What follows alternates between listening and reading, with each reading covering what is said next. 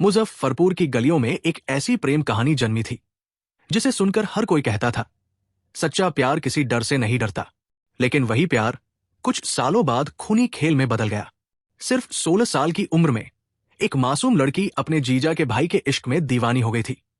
घर वालों के विरोध, समाज की बंदिशों और तमाम रुकावटों के बावजूद दोनों ने एक दूसरे को पाने की कसम खाई। परिवार झुक गया और प्यार की जीत हुई।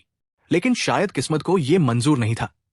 कई साल बाद वही लड़की जिसने उस लड़के के लिए दुनिया से बगावत की थी, गूगल पर हत्या की प्लानिंग सर्च कर रही थी।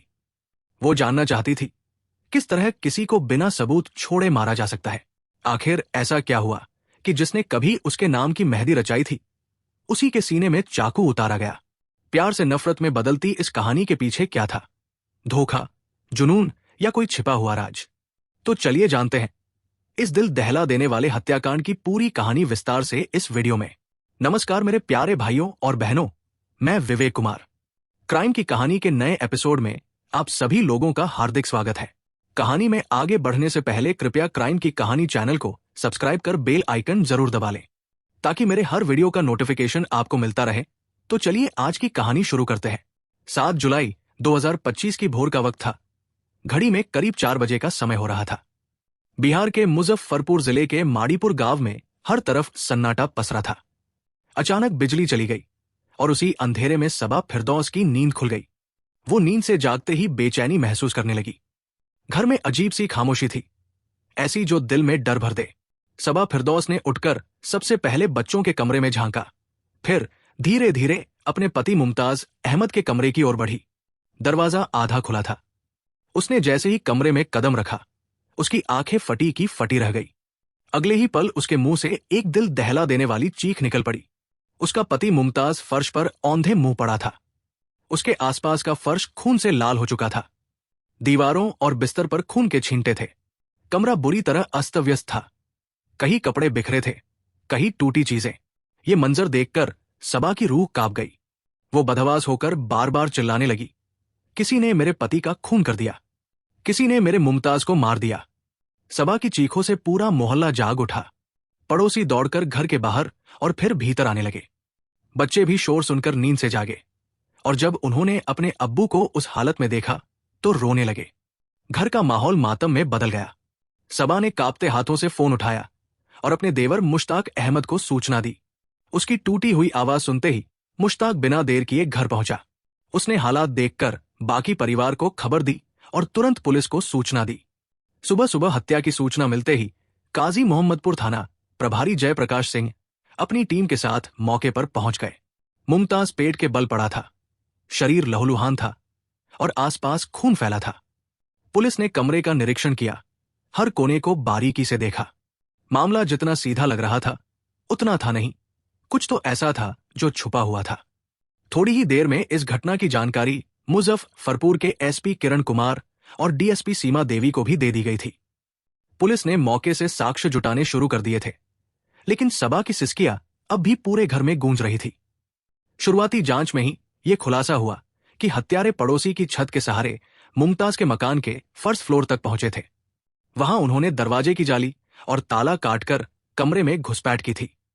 अंदर पहुंचते ही उन्होंने लूटपाट की और फिर मुमताज की हत्या कर फरार हो गए। घटनास्थल पर एसपी किरण भी पहुंची। उन्होंने मौके की गंभीरता को देखते हुए तत्काल एफएसएल की टीम को बुला लिया। कुछ ही देर में एफएसएल के 5 वैज्ञानिकों की टीम मौके पर पहुंच गई और करीब 2 घंटे तक कमरे तथा फर्स्ट फ्लोर पर कटी हुई जाली और ताले से साक्ष्य जुटाती रही। टीम ने मृतक के बिस्तर पर पड़े चाकू से खून के सैंपल लिए, फिंगरप्रिंट इकट्ठे किए और हर कोने को बारीकी से खंगाला। साथ ही डॉग स्क्वाड को भी बुलाया गया। खोजी कुत्ता कमरे में कई बार मृतक के पास से गुजरता हुआ उसकी पत्नी सबा फिरदौस के पास जाकर रुका, लेकिन पुलिस को उस पर किसी भी तरह का शक नहीं था, क्योंकि हत्या के बाद सबसे पहले वही अपने पति के पास पहुंची थी। फिर आखिर वो उसकी पत्नी थी। शक की कोई गुंजाइश ही नहीं थी। खोजी कुत्ता इसके बाद कमरे से नीचे उतरा और बगल की गली से होता हुआ झाड़ियों के रास्ते रेलवे ट्रैक तक गया, जहां जाकर वो रुक गया। ये देखकर पुलिस को समझ आ गया कि हत्यारे इसी रास्ते से फरार हुए होंगे। मामला बेहद गंभीर था। पुलिस ने घटनास्थल से सारे साक्ष्य जुटाने के बाद जांच की कार्रवाई पूरी की और शव को पोस्टमार्टम के लिए भेज दिया। उसी दौरान यह भी पता चला कि मुमताज के पास 2 मोबाइल फोन थे, दोनों ही गायब थे। घर से ज्वेलरी और नकदी भी लापता थी। इतना ही नहीं, मकान में लगे सीसीटीवी कैमरों की रिकॉर्डिंग भी गायब थी। शायद अपराधी राज खुलने के डर से उसे अपने साथ ले गए थे। घर के अंदर सबा फिरदौस का रो रो कर बुरा हाल था। वो बार बार बेसुध होकर गिर जाती और फिर मुश्किल से उसे संभाला जाता। उसकी आंखों में वो खौफ साफ झलक रहा था, जैसे उसने अपनी पूरी दुनिया खो दी हो। सबा बार बार यही कह रही थी, मेरे मुमताज को किसने मारा, किसने ऐसा कर दिया। रोते रोते उसने बताया कि मुमताज पिछले कई महीनों से नौकरी को लेकर परेशान चल रहे थे। वो अक्सर कहा करते थे कि उनकी नौकरी खतरे में है, कभी भी हाथ से जा सकती है। इतना ही नहीं, उन्होंने आसपास के कई लोगों को पैसा उधार दे रखा था, जो अब लौट नहीं रहा था। शायद यही वजह थी कि मुमताज के दुश्मन बढ़ते जा रहे थे। पोस्टमार्टम रिपोर्ट ने इस दर्दनाक घटना की सच्चाई और भी खौफनाक बना दी। रिपोर्ट में सामने आया कि मुमताज का किसी धारदार हथियार से 3 बार गला काटा गया था। उसी हथियार से उसकी दोनों आंखों पर भी वार किए गए थे। शरीर पर 5 से 6 गहरे घाव पाए गए थे, जिससे साफ था कि हमला करने वाले का इरादा केवल डराना नहीं, बल्कि खत्म करना था। पुलिस ने फौरन एक्शन लिया। घर और आसपास लगे कैमरों की फुटेज खंगाली जाने लगी। खोजी कुत्ते की सूंघने की दिशा में पुलिस ने जब पीछे के रास्ते वाले कैमरे की फुटेज देखी तो एक नई जानकारी हाथ लगी। रात के करीब 3 बजे एक काले रंग की नई मॉडल की स्कॉर्पियो उस रास्ते से आती जाती दिखाई दी। यही सुराग पुलिस के लिए पहली उम्मीद बना। शक गहराने पर पुलिस ने रामराज की ओर जाने वाले रास्ते पर लगे तमाम कैमरों की फुटेज इकट्ठी कर ली। डीआईयू और सर्विलांस टीम को भी इस केस में शामिल किया गया। मृतक के दोनों मोबाइल नंबर सर्विलांस पर लगा दिए गए, लेकिन अफसोस कहीं से भी कोई ठोस सुराग नहीं मिल पाया। जब सारे रास्ते बंद लगने लगे तो पुलिस ने एक बार फिर मुमताज के परिवार और पड़ोसियों से पूछताछ शुरू की। और तभी इसी दौरान पुलिस को एक अहम जानकारी मिली। पड़ोसियों ने बताया कि मुमताज की गैर मौजूदगी में उसके घर पर अक्सर एक अजनबी युवक आता जाता दिखता था। कौन था वो युवक? इसका जवाब किसी के पास नहीं था। लेकिन यह बात पुलिस के कानों तक पहुंचते ही मामले का रुख अचानक बदल गया। पुलिस ने तुरंत मुमताज की पत्नी सबा फिरदौस को फिर से बुलाया। पहले वो कह चुकी थी कि उसने अपने पति की लाश कमरे में पाई थी, मगर इस बार उसके शब्द अलग थे। उसकी आंखों में झूठ का एक महीन पर्दा झिलमिला रहा था।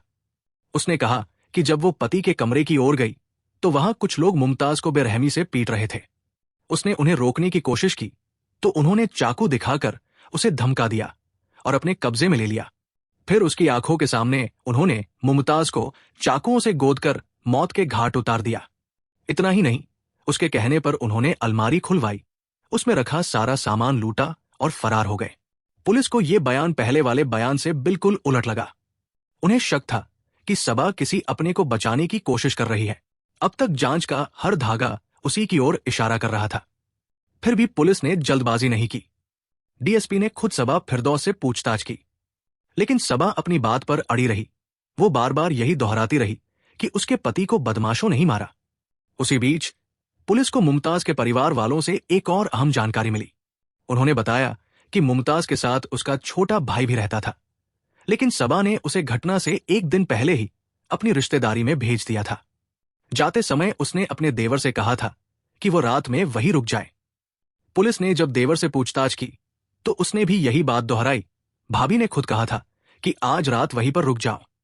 अब तस्वीर कुछ साफ होने लगी थी, लेकिन कहानी अभी अधूरी थी। पुलिस के लिए यह जानकारी पर्याप्त नहीं थी, पर शक अब पूरी तरह सबा फिरदौस पर गहरा गया था। पुलिस ने सबा फिरदौस से पूछताछ शुरू की। शुरुआत में वो खुद को निर्दोष बताने की कोशिश करती रही, लेकिन उसके चेहरे के हावभाव और जवाबों में गलतियां साफ झलक रही थी। उसके बाद पुलिस ने उसके मोबाइल को जब्त कर लिया। सबा फिरदौस का मोबाइल अपने कब्जे में लेते ही पुलिस ने सबसे पहले उसके गूगल सर्च पर क्लिक किया। क्लिक करते ही उसकी सारी जानकारी सामने आ गई।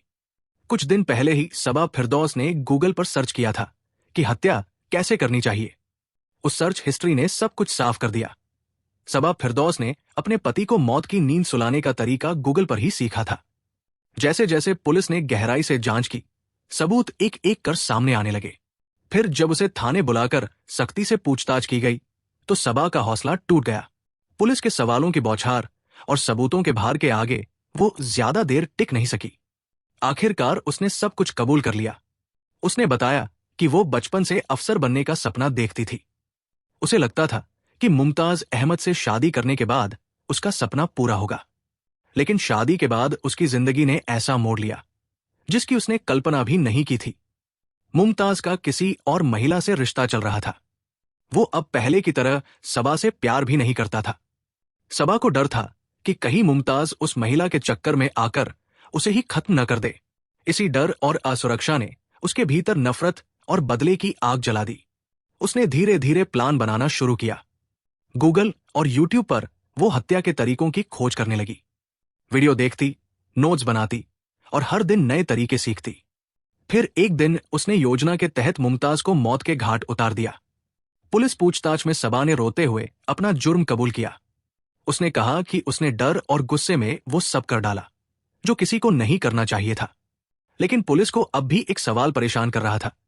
मुमताज अहमद एक हट्टा-कट्टा, मजबूत युवक था, तो सबा फिरदौस जैसी नाजुक सी लड़की अकेले उसकी हत्या कैसे कर सकती है?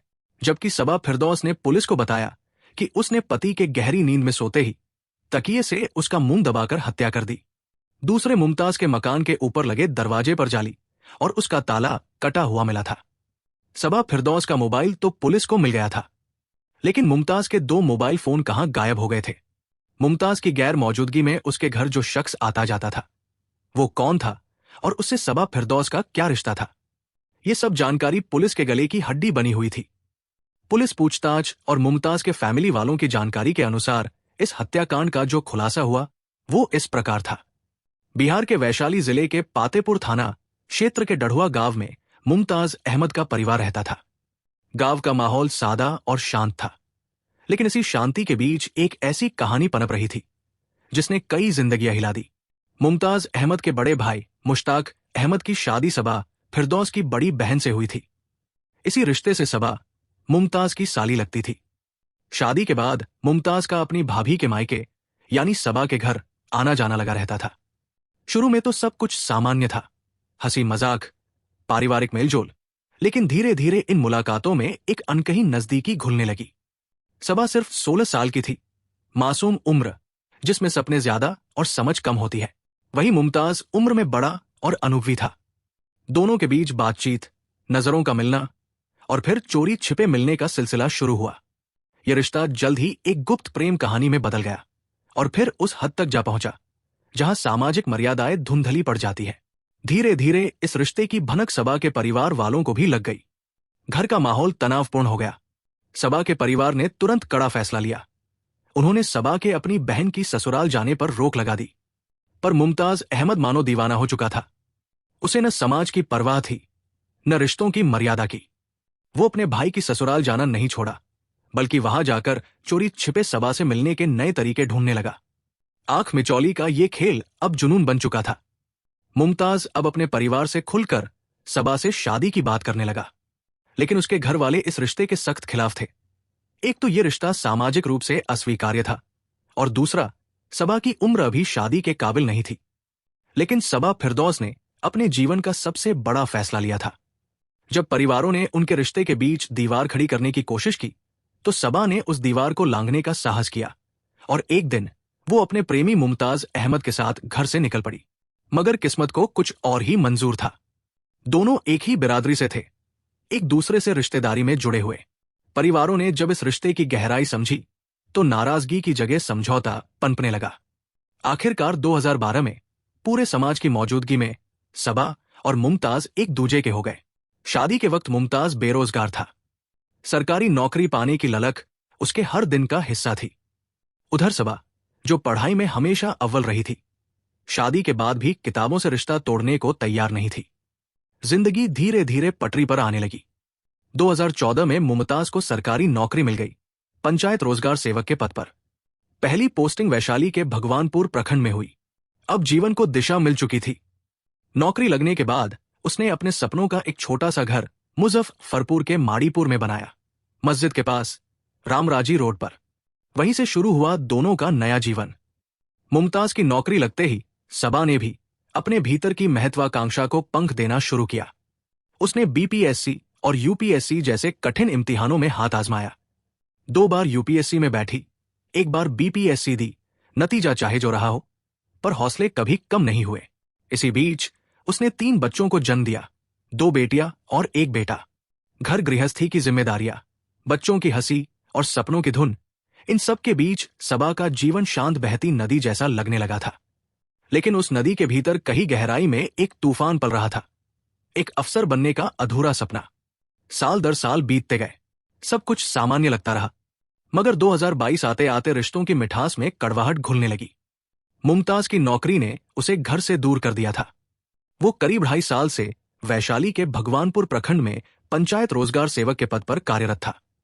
मुमताज को रतनपुरा और असोई पंचायत में पंचायत रोजगार सेवक बनाया गया। शुरुआती दिनों में तो सब कुछ ठीक चला, लेकिन धीरे धीरे काम का बोझ इतना बढ़ गया कि मुमताज का दिन रात घर से बाहर रहना आम बात हो गई। कभी पंचायत, कभी प्रखंड, हर जगह उसका आना जाना लगा रहता था। काम के इस दबाव ने उसके और उसके परिवार के बीच की दूरी बढ़ा दी थी। वो चाहकर भी अपनी पत्नी सबा फिरदौस और बच्चों को पर्याप्त समय नहीं दे पाता था। धीरे धीरे ये दूरी सबा फिरदौस के मन में शक का बीज बो गई। उसे लगने लगा कि मुमताज किसी और महिला में दिलचस्पी लेने लगा है। औरत का दिल बहुत गहरा होता है, वो अपने पति के बदले हुए बर्ताव को पहचान लेती है। मुमताज का चुप रहना, देर से घर आना, मोबाइल पर मुस्कुराते हुए किसी से बात करना सबा के मन में आग लगाने के लिए काफी था।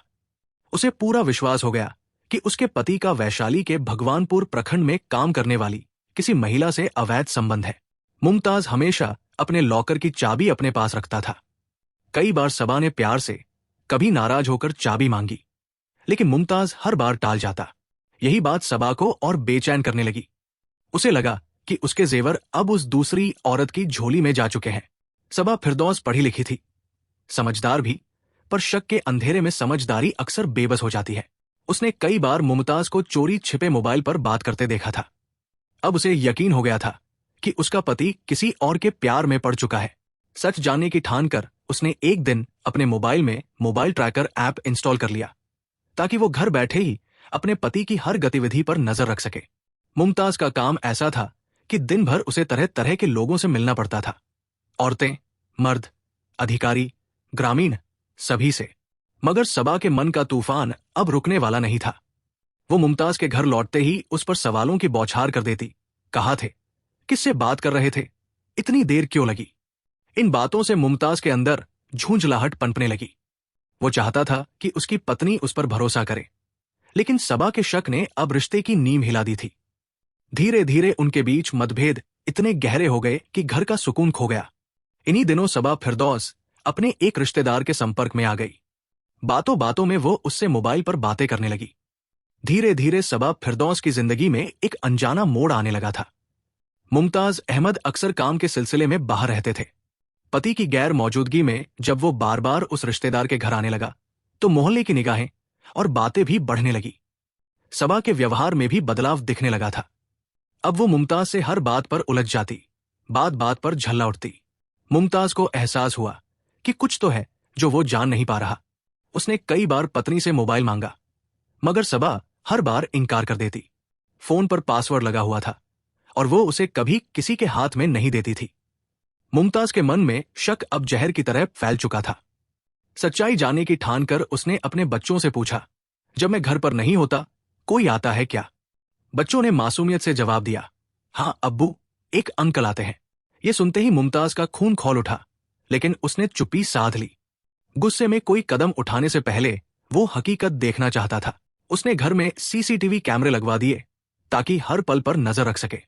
कैमरों के लगते ही सबा सतर्क हो गई। उसने तुरंत अपने रिश्तेदार को फोन करके सब बता दिया।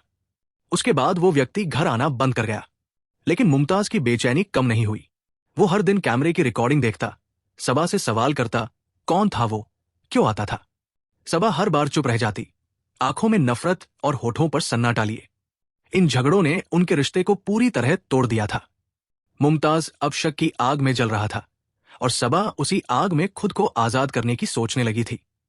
वो जान चुकी थी कि अब यह रिश्ता केवल नाम का रह गया है। उसने तभी सोच लिया था कि किसी भी तरह से पति से पीछा छुड़ाना होगा। उसे यकीन था एक दिन उसका भाग्य बदल जाएगा। सरकारी नौकरी तो लग ही जाएगी, वो खुद से कहती, फिर मुझे किसी पर निर्भर रहने की जरूरत नहीं होगी।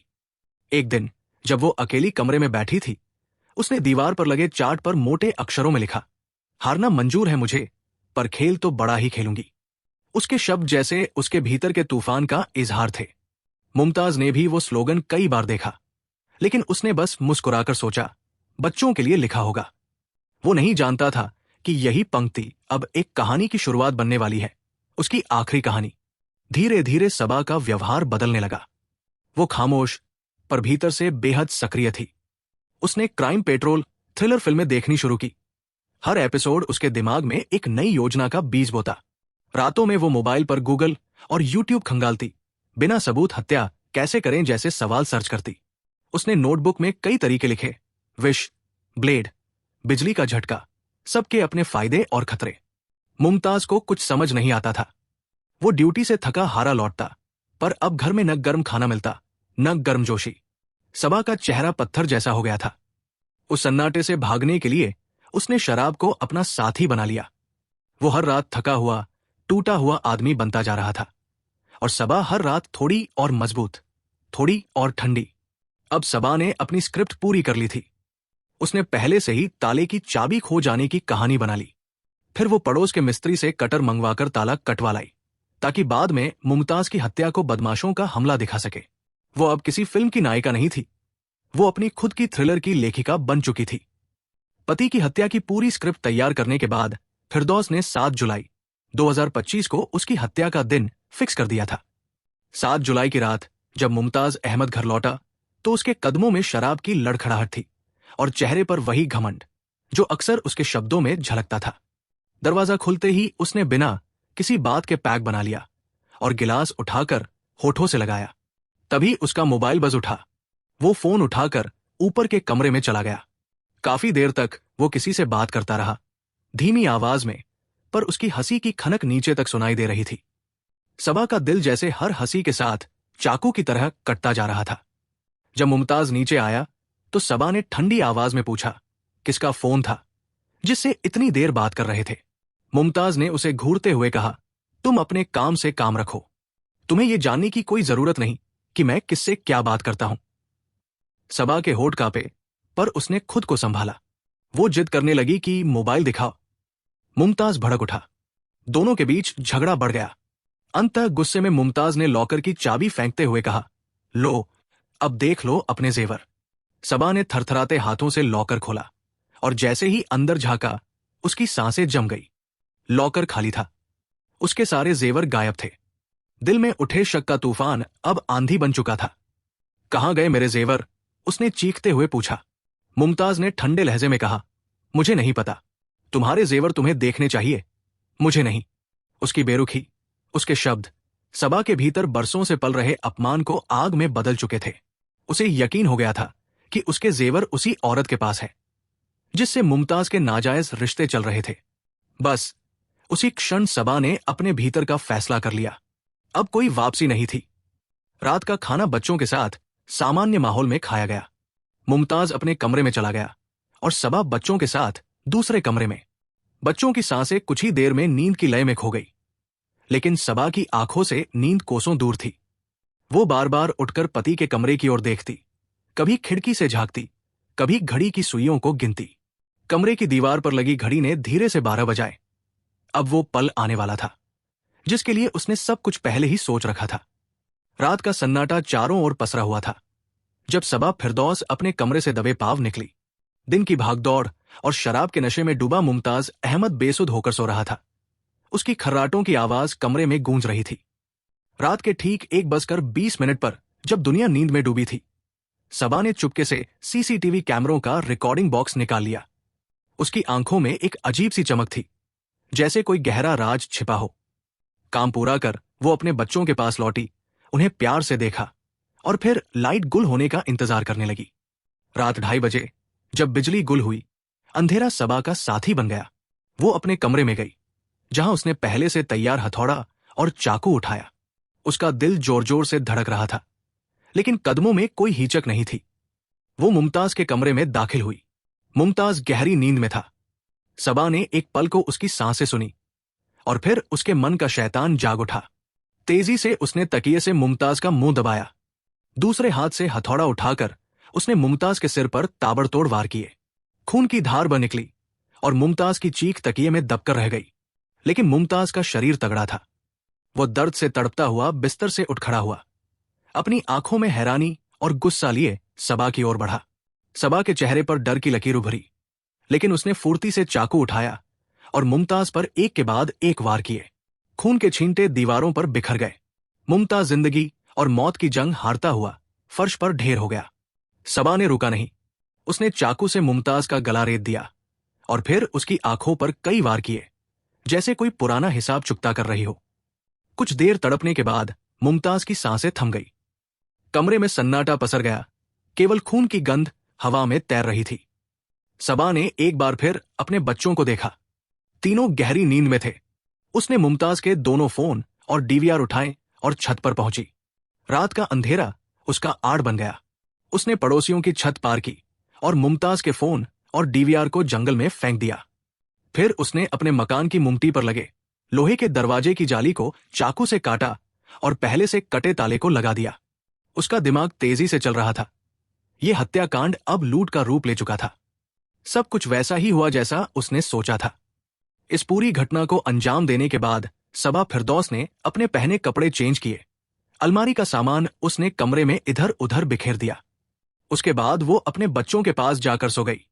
जब उसे लगने लगा कि सुबह होने वाली है, तब उसने अपने बच्चों को उठाया और फिर उसने पड़ोसियों के साथ ही अपने फैमिली वालों को घर में लूटपाट और पति की हत्या होने की जानकारी दे दी। हत्या की सूचना पाते ही सबसे पहले उसके परिवार वाले उसके पास पहुंचे और फिर पुलिस भी पहुंच गई थी। पुलिस और परिवार वालों के मकान पर पहुंचते ही सबा फिरदौस ने अपने रोने धोने का नाटक शुरू कर दिया था। इस हत्याकांड के खुलते ही पुलिस ने आरोपी पत्नी सबा फिरदौस की निशानदेही पर मोबाइल और डीवीआर भी बरामद कर ली थी। इस घटना के बाद मृतक मुमताज अहमद के बड़े भाई मुश्ताक अहमद ने थाने में रिपोर्ट दर्ज कराई थी, जिसमें कहा गया था कि डकैत उसके भाई मुमताज की हत्या करने के बाद सबा फिरदौस से चाकू की नोक पर 9 लाख रुपयों की ज्वेलरी व 2 लाख रुपए कैश लूटकर फरार हो गए थे।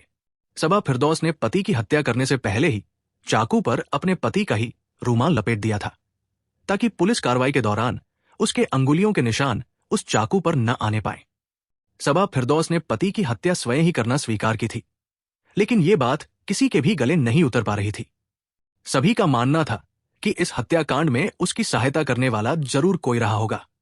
सबा मुमताज के घर पति की अनुपस्थिति में उससे कौन मिलने आता था, वो भी रहस्यमय बना हुआ था, जिसका राज सबा फिरदौस ने अपने दिल में छिपाए रखा था, जिसको वो पूरी तरह से बचाना चाहती थी। इस केस के खुलते ही पुलिस ने आरोपी सबा फिरदौस को कोर्ट में पेश कर उसे जेल भेज दिया, लेकिन उसने पति पर शक कर और अपनी प्रेम कहानी के चलते अपने साथ ही बच्चों का भविष्य भी अंधकार में बना डाला। कहानी को लास्ट तक सुनने के लिए आपका धन्यवाद।